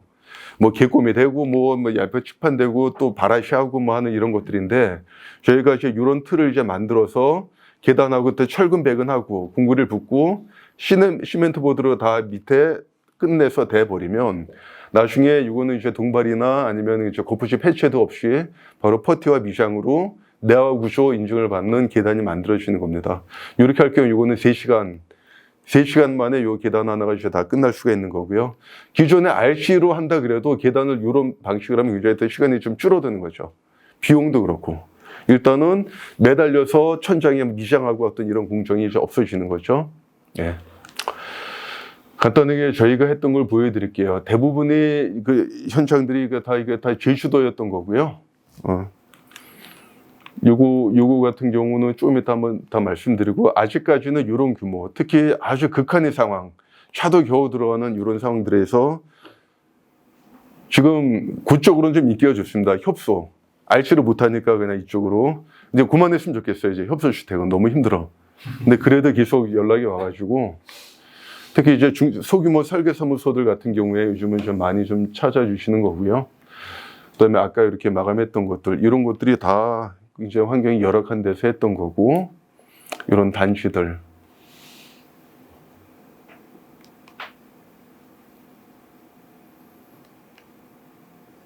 그리고 요거는 이제 그 국립수목원 가면은 요걸 했었는 저기 여기 어린이 학교가 있는데 수목원에 웬 그 CFS 그 냉간 성형 구조냐 국산 자재 사용 이슈가 있었어요. 국립수목원이잖아요. 원래 국산 자재를 해야 되는데 국산 자재 유통되는 게 없습니다. 끼케야 낙엽송인데 낙엽송이 성질이 워낙 들어와요. 막 90도 들어가고 막 할 수가 없는 거죠. 그래서 용납이 안 되니 목조는 안 되겠고 해서 골조는 저희 거로 했는데 그래도 나무 마감을 쓰려다 보니까 한국에 마감재도 없는 거예요. 겨우 타나목이라는 거를 갖다가 수입품을 그것까지만 익스큐즈 하자 썼던 거죠. 굉장히 큰 문제죠. 우리나라 목재 전통 건축이 한옥 같은 경우는 이제 뭐 춘향목을 갖다 쓰기도 하지만 그 기간 산업이 안 되는 겁니다. 목재 생산이. 그리고 이제 서울예대 2달 만에 증축 공사를 끝내야 되는 경우에 이것도 그냥 다 만들어서 올려버리고 이렇게 했던 거고요. 그리고 이제 해외 프로젝트 하면서 저희가 나름대로 스타디를 많이 했는데 괌에도 가서 짓고 말레이시아 여기에도 이런 방식을 했습니다. 화장실 만들어 가고 가서 이제 패널 짜서 올리고 그다음에 그 조바르 정부주택 같은 경우에 이것도 이거보다 많이 내부에 이제 전선까지 다 넣어가지고 현장에서 하루 만에 다 어셈블리해서 끝낼 수 있는 것도 해보고 했는데 만만치가 않아요. 공장재 비율을 높인다는 거에 그 이상과 현실이 너무나 큰 벽을 일으켰던 프로젝트고 그래서 모든 걸 다 공장 비율을 높일 필요는 없다. 프로젝트가 그 각각의 케이스 바이 케이스로 다르기 때문에 공장 비율은 그때 맞춰 조정을 한다라는 그런 결론이었고 이거는 지금 송도 잭 니클라우스 거기에 이제 150개 그 골프 빌라 그 단지가 지금 만들어지고 있는데 이게 다 골프 빌라예요. 이게 이제 한 400평 되는 주택입니다. 지하층 포함해서. 이거는 포스코 건설 영빈관을 요구를 했는데 워낙 또 여기는 또 민감한 사람들이 많아서 콘크리트를 치기로 했습니다. 철구를 메인으로 하고 180mm 콘크리트를 쳐서 타설을 하고 이제 어마어마한 공사비가 들었죠.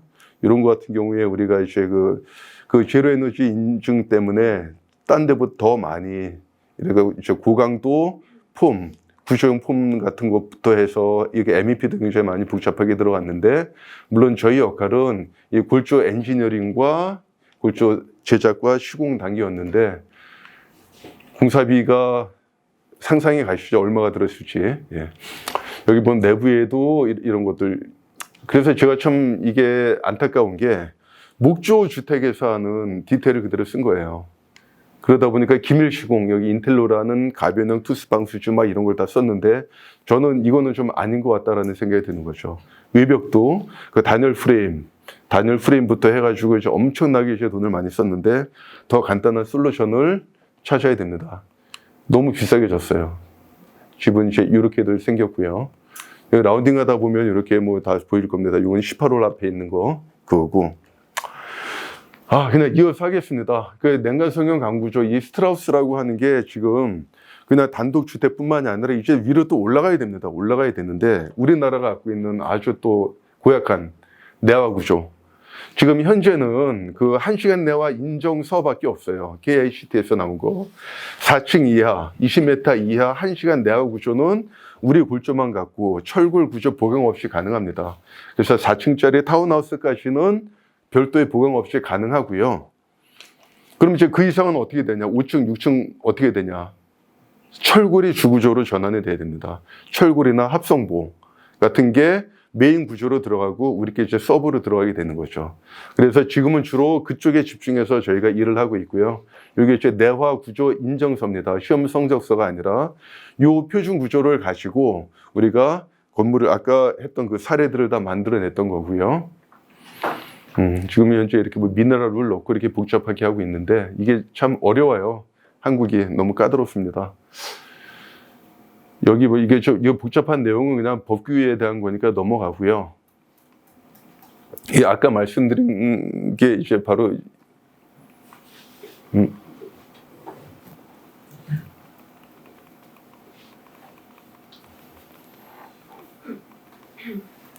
이게 왜 확 넘어갔지? 응?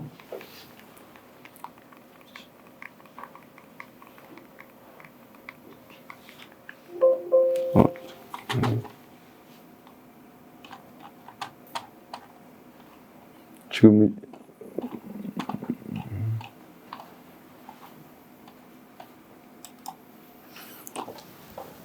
이거 예, F5 그 Shift F로 예.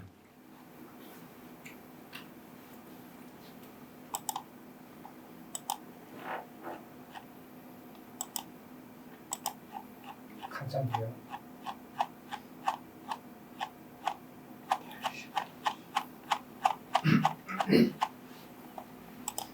여기서 Shift로 한번 예.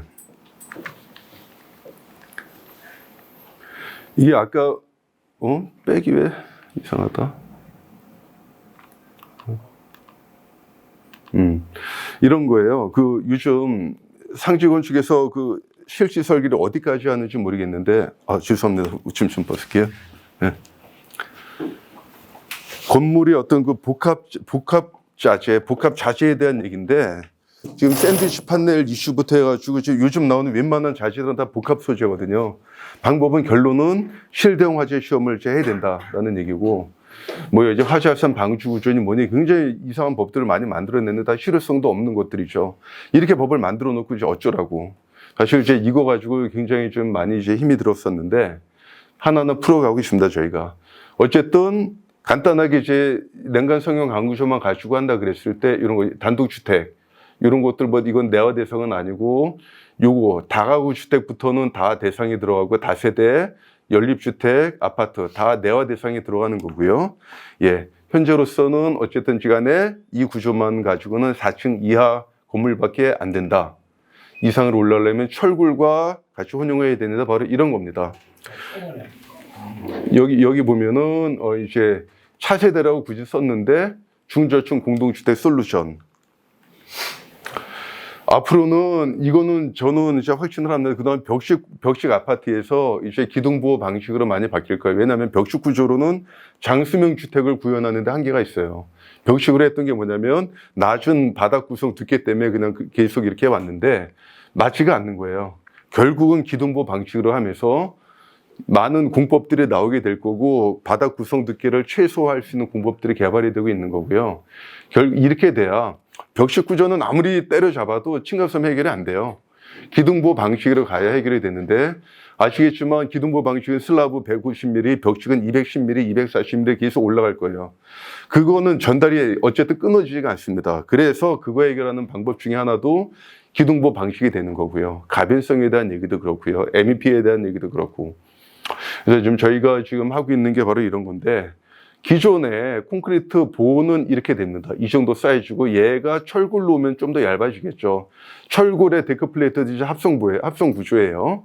근데 지금 저희가 쓰고 있는 거면 합성보라고 하는 게 이 T자 H빔을 갖다 이 사이에 넣고 철로 된 거푸집을 여기다 폼을 다 떠버립니다.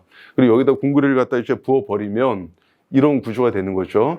일반 철골 대비 250mm가 더 얇아지는 거예요. 보충이. 근데 지금 포스코에서 이거 무량판으로 하는 게 개발이 됐습니다. 이게 패러다임이 바뀌는 겁니다. 얘가 그냥 우리가 무량판은 아시잖아요. 무량판으로 해서 결국 이걸 더 얇게 만드는 거. 그러다 보니까 벽식과 기둥보호 방식의 중간이 된 그런 구조물이 최고의 내화성입니다. 콘크리트는 아직까지는. 내가 피부 아무리 한다 그래도 콘크리트를 따라갈 수 있는 재료는 없어요. 그래서 최소한으로 쓰자 이거죠. 기둥과 벽에 SRC를 만드는데 기존의 SRC는 H빔 밖에다가 피복을 했잖아요. 근데 이거는 이제 앞으로 형틀을 공일한 사람들이 없어질 거기 때문에 기둥과 보에 일체화돼서 이제 공구리를 한 번에 부어서 SRC 라멘을 만들자. 그 다음부터는 다 건식으로 간다. 이게 이제 저희가 하고 있는 겁니다. 네. 요거는 이제 작은 3층짜리를 먼저 이제 시작을 해본 거고요. 이게 합성본데 예. 여기는 이제 빔은 다 빠졌어요. 걷어만 있습니다. 그리고 이제 저희 거 같은 경우가 이제 부분 이렇게 했을 때 동발의 역할도 하고, 그리고 나중에 이제 공간이 바뀌었을 때 스터드월만 바꾸면은 원하는 대로 다 파티션도 가능하고, 우리가 걷어 말고 빔을 대는 이유는 데크플레이트 콘크리트 타설성 때문에 이제 하고 있는데 강제량도 굉장히 많이 줄어들고 앞으로는 이제 합성보를 쓸 수밖에 없어요. 그리고 이제 많은 그 거푸집 그 관련된 회사들이 이 어떻게 보면은 철 거푸집이 되는 거죠. 이쪽으로 지금 산업 그 공장 전환을 굉장히 많이 하고 있습니다. 그리고 지금 요거는 이제 저희가 지금 양산에 시공하고 있는 납골당인데, 요게 형상이 이렇게 생겼잖아요. 요게 이제 데크플레이트 치고 콘크리트를 부으면 이 보와 기둥으로 콘크리트가 다 흘러 들어가고, 나머지 벽들은 이제 저희가 다 건식으로 처리를 하게 되는 겁니다. 이것도 이제 콘크리트 공기와 그다음에 콘크리트 사용에 대한 이슈가 있었어요. 이제 환경에 대한 그런 얘기도 있었고, 예. 그리고 이제 요게 여기 보면은 아직까지 우리가 다른 소재로 풀었었는데 실대형 화재 이슈로 바뀌면서 저희가 지금 요거 협의를 하고 있는 중인데, 제가 이제 쓰고 있는 툴이 이런 것들이죠. 이거는 이제 그 설계 단계부터 해서 계속 이제 이거는 다 간섭 체크를 하게 되는 겁니다. 이걸 가지고 설계자가 이거를 딱 봤을 때 이제 마감을 잡거나 하기가 굉장히 좀 용이해요. 나름대로 이제 실제로 그려보면 우리가 정말 말대로 이렇게 좀 표가 난 데가 있습니다. 마감이 이상하거나 하는 부분에 대해서 실제로, 그 다음에 MEP 설계할 때도 마찬가지고 초기 단계에서 미리 다 모니터링을 할 수 있는 그런 것들이죠. 그 마감과 MEP 단계에서 같이 협업하는 툴로. 그리고 사실 이게 시공 도면이에요. 저희 작업자 현장에 도면을 보내셔서 패드 하나만 보고 여기 이제 다 넘버링이 되고 다 이제 할 겁니다. 이걸 가지고 그냥 그 도면 이렇게 두꺼운 것들 줘봤자 괜히 머리만 아프고 쓸데없는 정보가 너무 많아요. 실제 도면은 프리패브에 관련된 거는 수치 정보만 있으면 되는 거거든요. 나머지는 다 시방서와 그다음에 상세도 갖고 다 풀 수가 있는데, 도면은 정말로 우리가 좀 더 최소화해야 된다라는 그런 얘기고. 근데 모든 프로젝트는 이런 식으로 이제 소통을 합니다. 이제 설계 단계에서부터. 그리고 결국 하려고 하는 게 바로 이제 이런 것들입니다. 중저층으로 요거는 이제 해외 사례예요. 이렇게 하면서 여기는 이제 기둥부 방식으로 다 간 다음에 나머지 것들은 다 인필 방식으로 끼어 들어가게 되는 거죠. 그리고 요거 같은 경우는 이제 이거는 철골 하이브리드로 보강이 된 거고, 요거는 CFS만 갖고 이렇게 올라가는데 6층, 7층도 가능해요. 근데 우리나라 내화 구조에 요 조건이 맞지가 않아요. 그렇기 때문에 4층 이상으로 올라간다 그럴 땐 SRC 하이브리드 구조로 가는데 결국 이런 것들은 다 건식으로 간다. 그래서 초기에 제가 보여드렸던 거 뭐냐면 이거를 이렇게 하는 게 이것뿐만이 아니라 우리나라 같은 경우 이제 풍화중 조건도 무지하게 셉니다. 풍화중 지진에 대한. 그래서 이 골조가 만들어지고 좋은 건 뭐냐면 이 스터드월 사이에 또 1차 단열이 들어갈 수 있기 때문에 벽체의 두께를 최소화할 수 있는 겁니다. 그리고 밖에 들어간 모듈들이 아까 그런 것들은 딱딱 부품화돼서 끼워지는 그런 이제 구조가 되는 거죠. 결국은 이제 몇 년 있다가 이런 것들이 아마 이제 좀 현장에서 바로바로 보시게 될 수 있을 것 같고요. 그리고 이게 이제 2년 전에 LH라는 그 연구 운영을 했던 건데, 중저층 공동주택 7층 이하 2종 일반 주거 지역에서 하는 거. 이게 뭐냐면, 그동안에 우리가 OSC를 했는데 다 모듈러만 갖고 주구장창 하다 보니까 안 되는 지역도 있는 거예요. 고갯길, 언덕길, 강북 이런 데 같은 게 안 되다 보니, 그러면 어떻게 할까 하다가 같이 협의를 통해서 우리가 서브 어셈블리 방식으로다가 공급하는 걸로 한번 제안을 해보자 라는 거고, 그래서 이제 사무건축에서 기본 설계를 하고 저희가 나머지 엔지니어링을 했던 건데, 이제 유닛도 만들고 기본 원칙은 그겁니다. 가변성이 확보가 돼야 된다. 그래서 내부 벽은 모든 시간에 기둥부만 빼놓고 화장실 자체도 다 릴로케이터블 돼야 되는 어떤 그런 전제가 있고, 그 다음에 non scaffolding, 그러니까 아시바를 안 내고 공사가 끝낼 수가 있어야 되고, 그런 조건을 같이 이제 스타디에서 용역 보고서가 나갔던 거고요. 그러기 위해서는 1차적으로 저희가 제안했던 게 합성 구조로다가 라멘트를 짜서 SI 방식 가지고 모든 걸 다 끝낸다. 그렇죠? 결국 뭐 다이어그램이 이런 겁니다. 빨간 게 SRC 라멘 합성보 라멘 구조고요. 나머지 것들은 다 그냥 무버블한 가변적인 벽으로 다 만들어내고 외부 풍압 때문에 스터드월로 다 막고 그다음에 여기에 그 컴포지 패널이라는 걸 댔는데 이제 이게 실대용화재 인증 때문에 좀 안 되는 거죠. 그래서 내년에 저거 이제 인증을 받을 건데 그리고 밖에도 건축 마감재로 하고 내부에 화장실 유닛 토일렛 들어가고 석고보도 안 쓰고 크루즈 선박이 들어가는 미네랄 울 패널 그 내화성으로 미네랄 패널로 들어가서 떼었다 붙였다 가능하고 물 청소도 가능하고 한 이런 시스템 100% 폐기물 제로의 현장을 만드는 것들을 제안을 했었는데 이게 이제 실증 프로젝트로 나와야 되는데 아직 나오지 않고 있어요. 이렇게 좀 굉장히 오랫동안 1년에 걸친 연구 용역을 하고도 팔로우업이 안 되는 거죠. 그게 좀 제일 안타까운 거고 아까 보여드렸던 컴포지 패널 성능이 이렇습니다. 100mm짜리거든요. 100mm짜리인데 한 마리 쳐도 이제 이렇게 퉁퉁 튀어나가는 이런 것들인데 100mm짜리 차를 올려놨을 때도 견디는 이 정도의 퍼포먼스를 내는 그런 소재들이 있어요.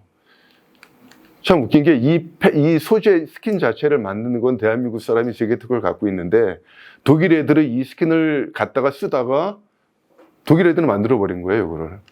그래갖고 이 회사가 이 판넬을 또 만들기 시작을 했죠, 한국 와서.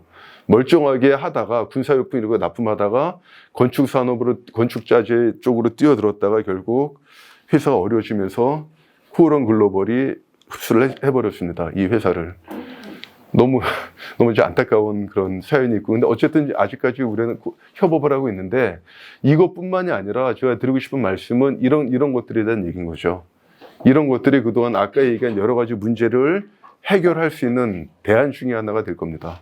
저는 이게 이제 시작인 거예요. 이런 식으로 공장에서 만들어서 가는 게.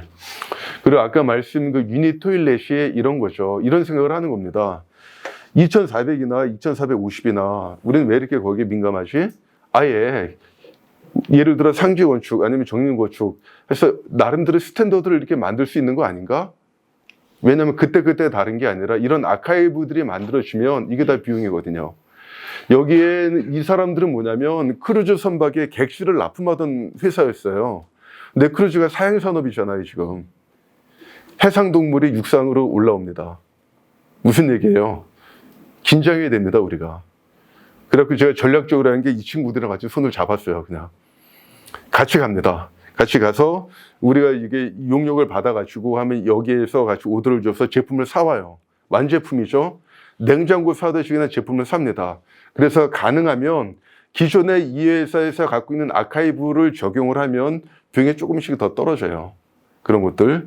그리고 10세대 뭐 이렇게 이상 또 100세대 이렇게 간다 그러면 당연히 이렇게 공장에서 만들어 와야죠. 요즘 타일공 노무비 얼마인지 아시죠? 조공 35만 원, 기공 45만 원 막 이래요.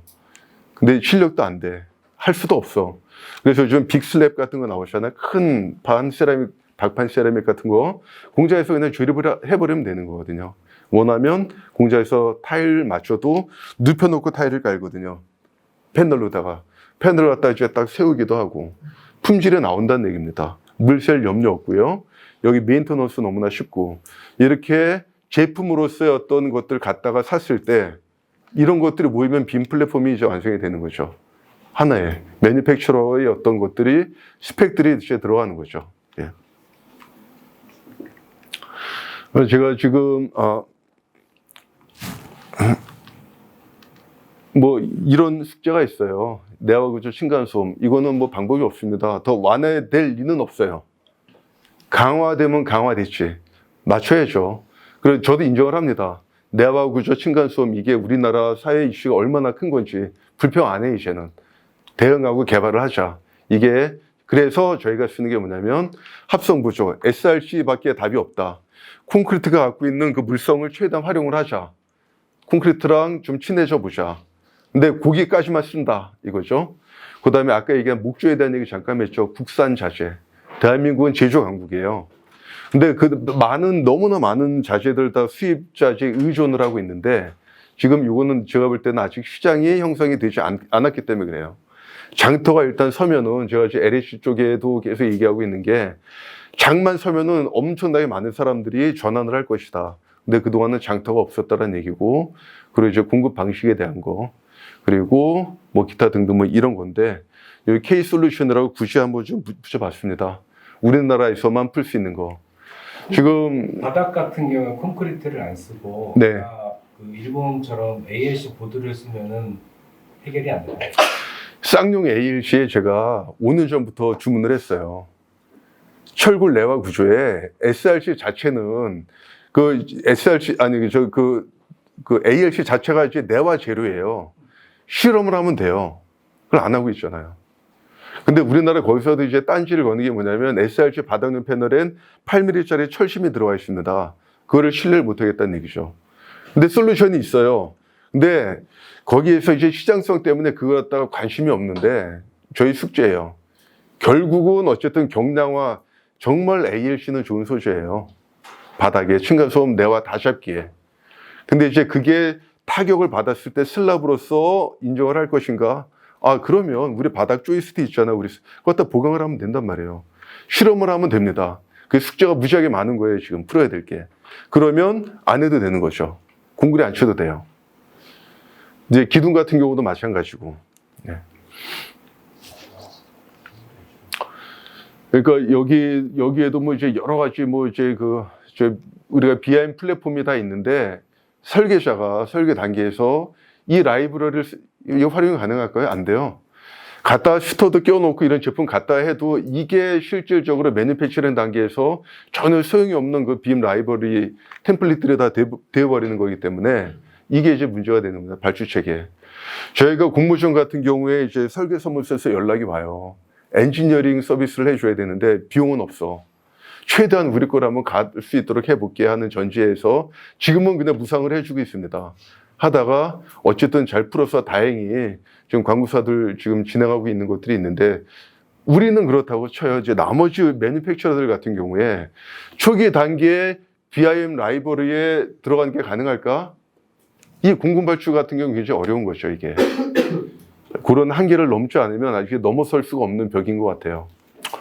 그러니까 요게 아까 요건데 이제 수락산에 지금 자연휴양림을 만들고 있어요. 뭐 나무 위에 집도 이렇게 하고 막 이런 것들 이렇게 다 만들고 있는 건데 저희가 딱 보면 이게 저희도 머리 아파졌습니다. 이게 멤버 수가 워낙 많으시다 보니까 우리가 까대기라 그래요. 차에 실어가지고 물류 분리하고 또 이렇게 내리고 막 이런 작업을 순수한 국산말입니다. 일본말이 아니라. 너무 어려울 거 아니에요. 그래서 지금 저희가 계속 찾다가 결국 이제 프리패브 서브 어셈블리를 가기 위해선 이 솔루션밖에 없는 겁니다. 이제 그 트림블 커넥터 이런 건데 사실 아키케이트나 레비시나 우리가 매니팩처링까지 가기에는 한계도 있고 물량 산출도 안 돼요. 결국은 테클라라든가 아니면은 이 트림블 솔루션으로 가야 여기 패널라이징에 대한 소트가 되고 그다음에 우리가 하려고 하는 게 결국 이거죠. QR코드의 위치 베이스가 돼야 현장에서 각각 얘가 벽으로 달라붙을 때 얘 QR코드 찍으면 사무실에 앉아서 공정관리가 되는 거예요. 아, 오늘 패널은 여기까지 붙었구나. 그 다음에 홀로렌즈를 끼면 이런 것들이 가능하고 이런 식으로 관리가 되지 않으면 분리하는데 막 여럿이 막 이제 그거 갖고 찾네 기내 안에 막 이러고 있는 거거든요. 근데 사실 우리가 왜 이런 솔루션들을 찾기 시작을 했냐면 옛날에 한번 사고가 났었어요. 건물을 다 지어놨는데 30짜리 건물 준공 전에 이제 딱 뭔가 내부에 세팅을 하다 보니까 판넬이 뒤집혀 버린 거예요. 이렇게 창문이 좌우가 바뀌어 버린 거예요. 마감 다 끝난 비계 다 털었는데 창문 딱 작업자들이 봤을 때 착각을 한 거죠. 그래서 이거는 QR로 하다가 이렇게 차고를 줄여야 된다는 거죠. 그때 한번 난리가 났었습니다, 진짜로. 그 수업료를 내가면서 하다 보니까 결국은 설계 단계에서부터 누군가는 이 일을 해야 되는데 이게 정말 애매한 건데 이 일을 누가 할 것인가? 매니팩처러가, 시공자가 아니면 이거 전문 업체 비슷한 걸 해주는 업체들도 있죠. 뭐 저희 후배도 있는데 근데 누군가는 해야 된다는 얘기입니다, 이 일을. 이거를 제가 볼 때는 설계 단계에서 하면 정말 좋을 것 같아요. 우리가 설계비 싸다고 막 푸념할 게 아니라 이런 엔지니어링 용역까지 설계 단계에서 들어가서 하면 그래서 수익 모델이 되지 않을까? 라는 그런 생각도 하는 거죠. 그럴 때 매니팩처러랑 같이 코어하기도 좋고 그럼 시공사가 누가 되든 시간에 똑같은 결과가 나올 겁니다. 그렇게 되면 결국 이제 가야 될 미래라고 이제 생각을 하는 거고요. 그리고 이게 사실 이런 것들이죠. 여기 아까 말씀드린 그 실대용 화재 실험 영상인데, 그동안에 대한민국이 이제 사양 기반 설계를 했어요. 얘 준부련, 얘 준부련, 얘 준부련, 그럼 오케이. 근데 이제 달라졌잖아요. 성능 기반으로 바뀌었습니다.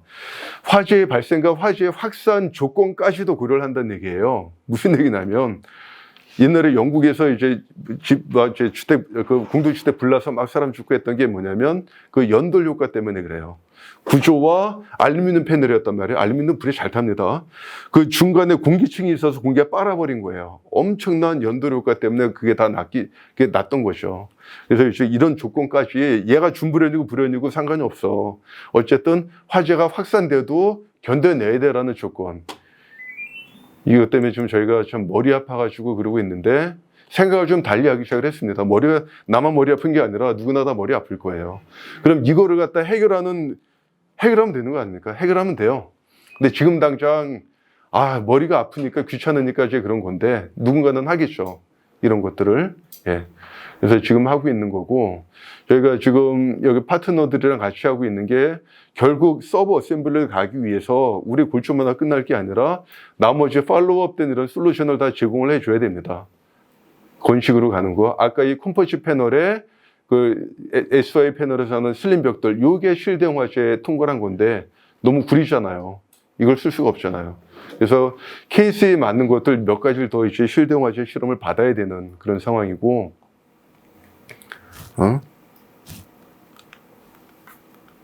바로 이제 이런 겁니다. 요즘 제가 또 너무 재밌어하는 영역인 건데, 자, 누가 해도 어떻게 똑같은 품질을 만들어낼 것이냐. 틈만 나면 이제 이 친구들이랑 가서 이제 그 술 먹으면서 커피 먹으면서 이제 디테일 그리고 막 이제 그러고 있는데, 어떻게 이지 어셈블리를 할 것이냐. 그리고 내신에 물리적, 화학적으로 어떻게 대응할 것이냐. 이런 디테일 같은 거.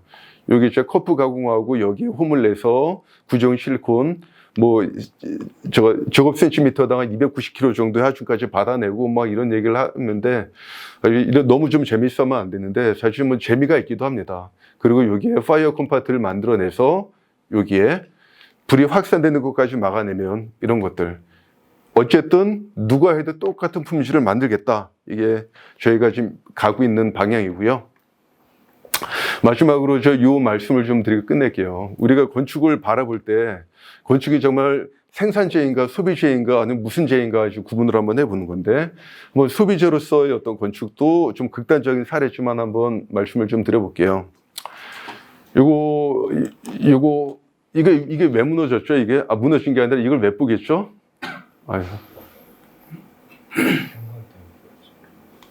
경관 때문에 그렇죠?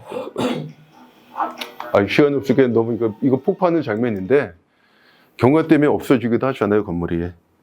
그냥 건물이었단 말이죠. 우리는 건물 없애고 하는 것들에 대해서 되게 좀 이렇게 좀 만약에 계속 될 것 같고 막 그런 기대 같은 게 있어요. 건물은 우리가 건축의 3요소 막 이런 것들에 했죠. 경고성 뭐 이런 여러 가지 그런 것들에 대한 것들이 있었잖아요.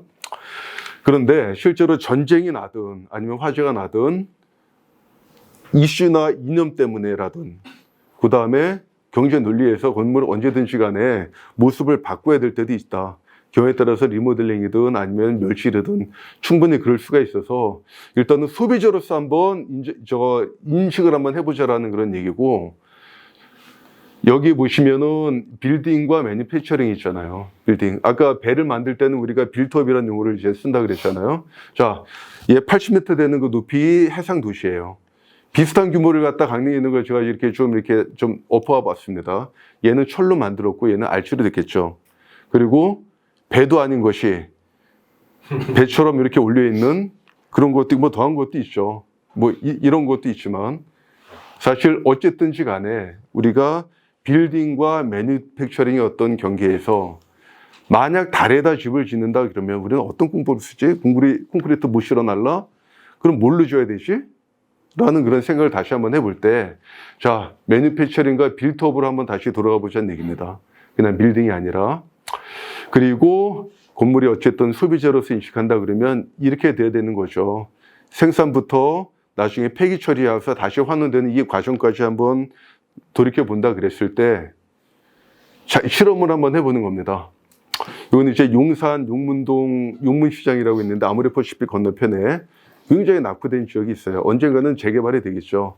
여기에 요 많은 8명이 투자자들이 땅을 삽니다. 땅을 샀는데 당장 개발이 안 돼요. 재개발이. 근데 어쨌든 주간에 뭘 하고 싶어해. 놀리고 싶진 않아. 세금만 계속 내고 있으니 말도 안 되는 이런 공간에 폭 1.5m 도로가 50m 쭉 가 있는데 거기에다가 이제 건물을 짓기로 결심을 합니다. 근데 방법이 없잖아요. 건물을 질 수 있는 방법. 요건 이제 김동진 교수가 설계를 한 건데 요거 8개를 이제 4개만 줬어요. 각각의 프로젝트를 진행을 하는 건데 이제 특공 작전을 이제 했던 거죠. 말씀드린 대로 여기 라이트 팬이라는 거 컴포지 패널로다가 이거 안 보이는구나. 컴포지 패널로다가 이런 식으로다가 월 넘버가 있죠. 이게 시공도였어요. 작업자들이 이걸 가지고 시공을 했죠.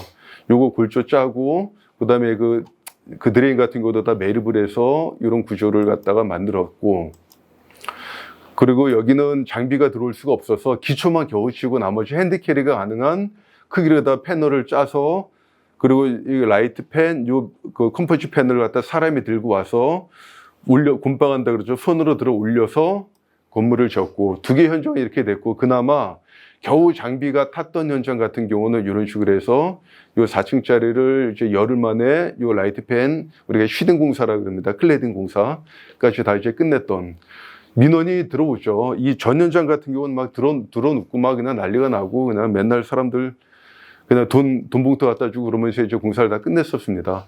근데 여기도 마찬가지로 민원이 안 들어올 리가 없죠. 시끄러우니까. 근데 용산구청에서 딱 나와 봤을 때 이제 다 끝나 있었거든요. 그래서 뭐 끝났는데 뭐 그냥 빨리 마무리하세요. 이제 그러니까 고통을 좀 줄여주는 거죠. 누가 있든지 간에. 결과물은 이제 이렇습니다. 여기 이렇게 이런 공간들. 지금은 케이터링 카페를 수 있어요. 그 청년 셰프들이 여기서 이제 굉장히 와인이랑 요리를 파는 데로 쓰는데 일종의 풀리 같은 겁니다. 여기에서 어떤 씨앗이 돼서 주변에 땅값을 3배로 올려놨어요. 물론 이제 시기적으로도 땅이 많이 올랐겠지만 3배가 올랐습니다. 주변이 이런 것들 때문에라도. 그러니까 여기 시간 되시면 한번 굳이 여기 이쪽에 아모레퍼시픽 보러 가실 거면 잠깐만 10분 걸으면 되니까 한번 이렇게 좀 둘러보시고, 이 베이스는 이거예요. 언젠가는 여기는 재개발이 돼요. 그러면 이 건물, 되게 비싼 재료, 나름대로 메가패널이에요. 해배당 자재비가 9만 원이면 싼 재료는 아니거든요. 라이트팬도 비싼 재료였습니다. 원칙. 얘가 나중에 멸실될 때 이축이 가능하도록 한번 해보자. 그래서 우리 스틸 골조는 100% 다 이축이 가능합니다. 그러니까 미네랄 우리랑 방화 석고보드만 뺀 나머지 것들은 바닥도 기초 말고 바닥도 다 건축을 했어요. 바닥도 우리가 바닥용 베이스 패널을 다 깔아가지고 스틸 조이스트 위에서 그대로 뜯어갖고 이축이 가능합니다. 왜냐하면 인건비를 따져도 소재 자체가 비싸기 때문에 롱스테일 메가 패널 이런 거니까. 여기는 이제 메가 패널 같은 경우는 하시 비용만 4만 원이에요. 해배당 마감재 빼고. 근데 우리 아까 썼던 라이트 팬이라는 거는 하시가 필요 없거든요. 그 컴포짓 소재 자체가 단열과 방수와 하시를 한꺼번에 털어버릴 수 있는 소재예요. 그러니 그걸 또 분해하면 얘를 그대로 이축이 가능한 겁니다. 실제로 가능해요. 그리고 이 프로젝트는 저한테 아직 종결이 되지 않았습니다. 빨리 여기가 재개발이 돼서 얘를 딴 데다 이축을 하든가 필요하면 일부 증축을이나 하더라도 이 건물을 뜯어서 옮기는 것까지 해야 저는 이 프로젝트가 다 끝나는 거예요. 건축주도 이제 기대를 하고 있고, 예, 가능합니다, 충분히. 그리고 요거는 이제 한남동의 유엔 빌리지 안에 그 헬리눅스라고 하는 그 경량 등산 캠핑 용품, 그 아웃도어 용품 파는 그 회사인데, 여기에도 이제 나대주로 그동안 세금 많이 내고 있었던 건데, 이거는 가설 사무소로 허가를 냈어요. 가설. 그리고 5년 있다 또 한번 연장을 하고. 그래서 요거는 그냥 샌드위치 판넬입니다. 그 샌드위치 판넬도 샌드위치 판넬 답지 않게 하느라고 좀 애를 좀 썼고요. 여기 기왕 요것도 나중에 뜯어 옮기는 걸로 이렇게 됐습니다. 너무 아깝다 이거죠. 폐기하기는. 충분히 가능한 구조이기 때문에. 그래서 요것도 골조할 때 나름대로 내부에서 이걸 다 노출시킬 거기 때문에 구조 디자인까지 그냥 직접 이제 디자인 설계자가 다 이제 했었고요. 이렇게 좀 보였으면 좋겠다. 그래서 스틸 스터드 월은 다 노출하고 필요한 공간만 이렇게 마감하고 여기 허리젠탈 넣어서 그 헬리녹스의 어쨌든 아웃도어 제품 촬영소입니다. 그렇게 해서 지금 이제 쓰고 있는 그런 건축물이었고요.